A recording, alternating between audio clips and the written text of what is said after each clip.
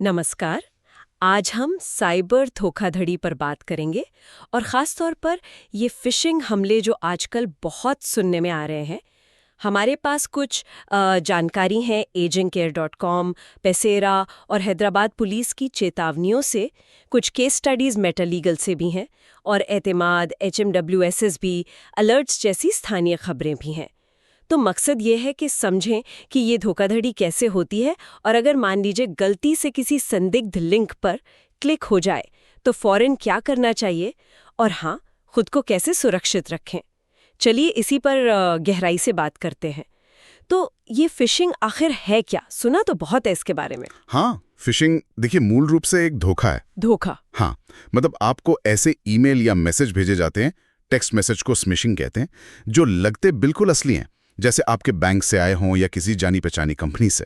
जैसा कि ageing care और पेसीरा भी बताते हैं, इनका असली मकसद होता है आपका भरोसा जीतना। अच्छा। और फिर आपसे आपकी निजी जानकारी जैसे पासवर्ड, OTP या क्रेडिट कार्ड नंबर वगैरह निकलवाना। या तो वो आपको किसी नकली वेबसाइट पर भेज देंगे या फिर कोई खतरनाक अटैचमेंट डाउनलोड करवा देंगे। और अगर कोई क्लिक कर दे, मतलब गलती तो हो ही सकती है। हाँ, वहीं से असली प्रॉब्लम शुरू होती है। जैसे ही आप क्लिक करते हैं, हो सकता है आपके फोन या कंप्यूटर में कोई मैलवेयर इंस्टॉल हो जाए। मैलवेयर जैसे वायरस? हाँ, वायरस, स्पाईवेयर या आजकल रैंसमवेयर भी बहुत चल रहा है। और ये सब बिल्कुल चुपके से होता है, आपको पता भी नहीं चलता। फिर ये मैलवेयर आपकी सेंसिटिव जानकारी चुरा सकता है या आपके कॉन्टैक्ट को और फिशिंग मैसेज भेज सकता है। कभी-कभी तो हैकर को आपके डिवाइस का पूरा रिमोट एक्सेस मिल जाता है। अरे बाप रे, ये तो बहुत डरावना है।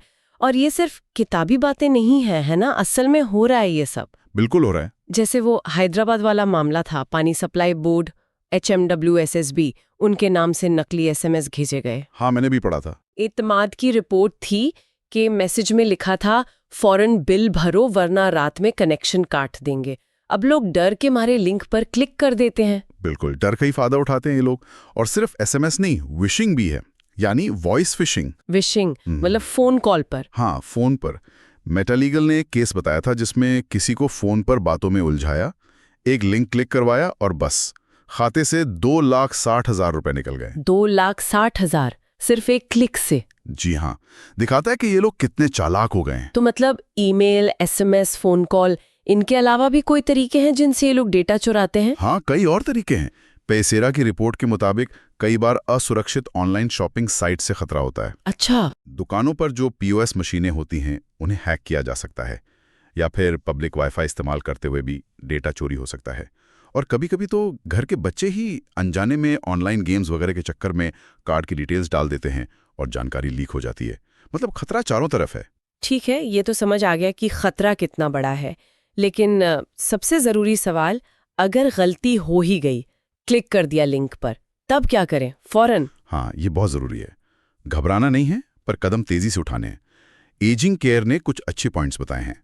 पहला, तुरंत डिवाइस को इंटरनेट से डिस्कनेक्ट करें, वाईफाई बंद कर दें या केबल निकाल दें। ओके, इंटरनेट बंद। फिर? दूसरा, अगर मुमकिन हो तो अपनी ज़रूरी फाइलों का बैकअप ले लें, किसी बाहरी हार्ड ड्राइव पर या क्लाउड स्टोरेज पर। बैकअप, ठीक है। तीसरा, अपने सिस्टम को अच्छे एंटीवायरस और एंटी मैलवेयर प्रोग्राम से स्कैन करें। मैलवेयर बाइट्स जैसे प्रोग्राम्स हैं। अगर टेक्निकल जानकारी कम है तो किसी एक्सपर्ट की मदद लेना बेहतर है। स्कैन करना जरूरी है। चौथा, और ये बहुत ज़रूरी है, अपने सभी ऑनलाइन अकाउंट्स, खासकर ईमेल, बैंक, सोशल मीडिया, इन सब के पासवर्ड तुरंत बदल डालें और हर अकाउंट के लिए अलग मजबूत पासवर्ड रखें। सारे पासवर्ड्स बदलने हैं, ठीक है। और कुछ? पांचवा, आप किसी क्रेडिट ब्यूरो जैसे एक्सपीरियन या ट्रांसयूनियन, इनसे संपर्क करके अपने अकाउंट पर एक फ्रॉड अलर्ट लगवा सकते हैं। ये मुफ्त होता है। Fraud alert? ये अच्छा पॉइंट है। हाँ, ये तो हुई वो बातें जो हमें करनी है। लेकिन मान लीजिए पैसे निकल गए अकाउंट से, तो बैंक की कोई जिम्मेदारी बनती है? हाँ, ये बहुत अहम सवाल है। मेटालीगल ने दिल्ली हाई कोर्ट के एक केस का जिक्र किया था, हरे राम सिंह बनाम RBI। उसमें कोर्ट ने साफ कहा कि अगर OTP मैलवेयर के जरिए चोरी हुआ है और इसमें ग्राहक की सीधी सीधी लापरवाही नहीं है, तो ग्राहक को जिम्मेदार नहीं ठहराया जा सकता। अच्छा, तो जिम्मेदारी बैंक की होगी। RBI का नियम है जीरो लाइबिलिटी का। इसके तहत अगर फ्रॉड किसी तीसरे पक्ष की वजह से हुआ है, जैसे हैकर या मैलवेयर, और आपने बैंक को फौरन, मतलब 3 कामकाजी दिनों के अंदर सूचित कर दिया, हाँ, तो आपकी कोई देनदारी नहीं बनती, पैसे वापस मिलने चाहिए।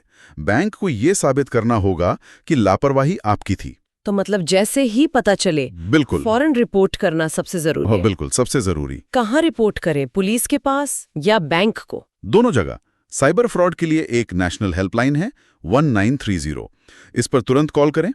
हैदराबाद पुलिस का साइबर क्राइम स्टेशन भी है, उनका व्हाट्सएप नंबर भी है 8712665171 और ऑनलाइन शिकायत के लिए cybercrime.gov.in पोर्टल है। 1930 और cybercrime.gov.in, ठीक है। और हाँ, अपने बैंक को तो फौरन ही बताना है, फोन पर, ईमेल पर, जैसे भी हो सके। समझ गई। तो कुल मिलाकर बात यह है कि हमें सावधान रहना है, हर अनजान लिंक या कॉल पर शक करना है। बिल्कुल।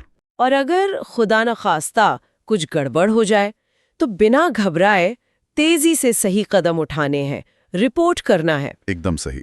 बचाव और सही समय पर एक्शन, यही कुंजी है। और एक बात सोचने पर मजबूर करती है, जैसे जैसे एआई जैसी नई टेक्नोलॉजी आ रही है, हाँ, क्या ये साइबर धोखाधड़ी और भी ज्यादा स्मार्ट और ज्यादा मुश्किल नहीं हो जाएगी पकड़ में आने के लिए? ये एक बड़ी चुनौती होगी आगे। हाँ, ये तो सोचने वाली बात है।